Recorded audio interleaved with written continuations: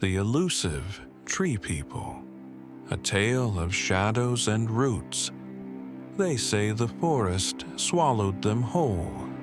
No blood, no bones, just silence, and the trees whisper louder ever since. From the journal of Ranger Elias Boone, found near Black Hollow Grove, 1973.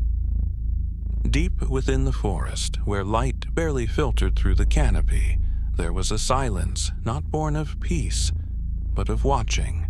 The trees, gnarled and ancient, leaned inward like old conspirators, their roots writhing beneath the soil as if dreaming. Few dared to tread that far. Fewer returned.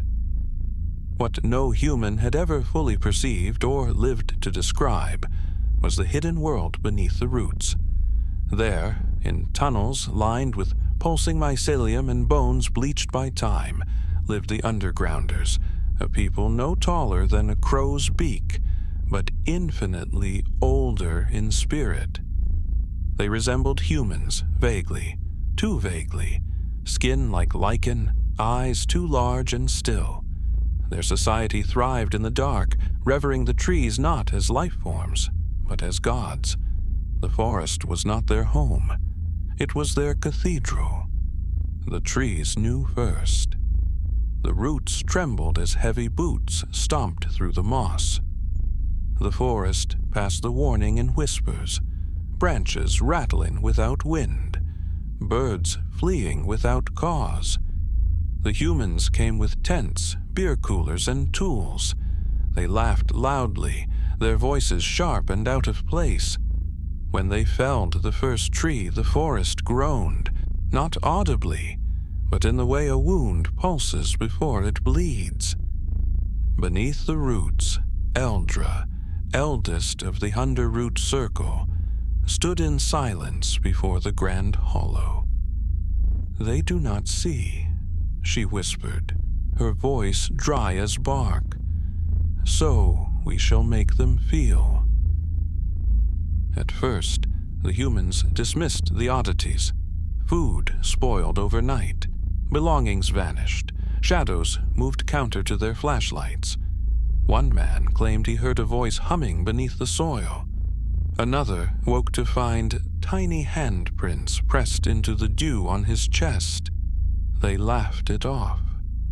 Nerves, nightmares, maybe mushrooms. But the forest watched and waited. On the third night, they uncovered something strange while digging a fire pit.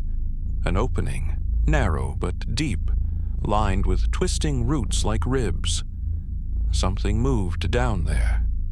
Probably a rabbit hole, one man said.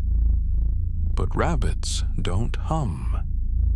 The humming turned into whispers, then scratching, then knocking.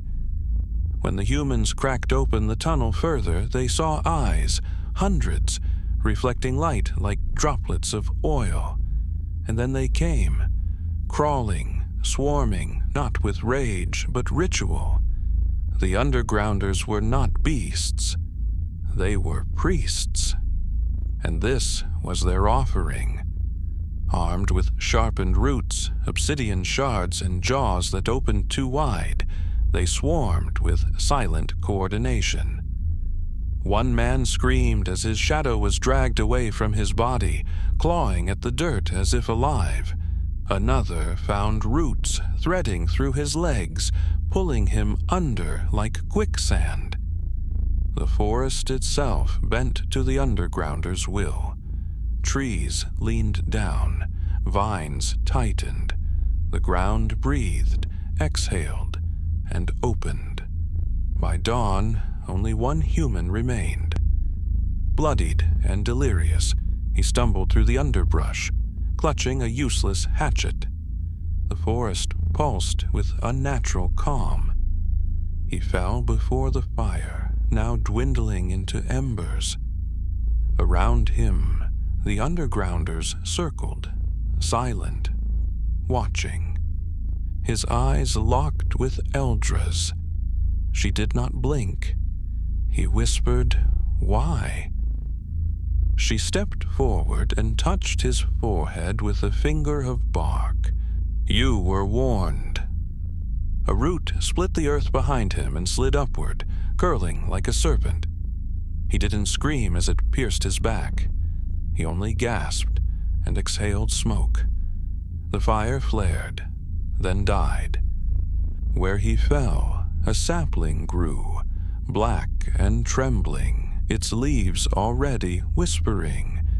When the Rangers arrived weeks later, they found no bodies, no tents, only tools turned to rust and a ring of unfamiliar trees, all bent inward.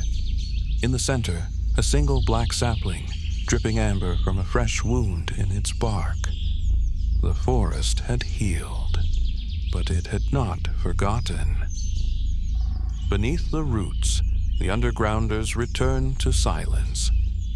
But now, they listened for more, for boots, for saws, for fire, because the forest had been fed, and it was still hungry. Have you uncovered the hidden object for what haunts the next video? Thank you for listening. We'll be waiting for you again very soon.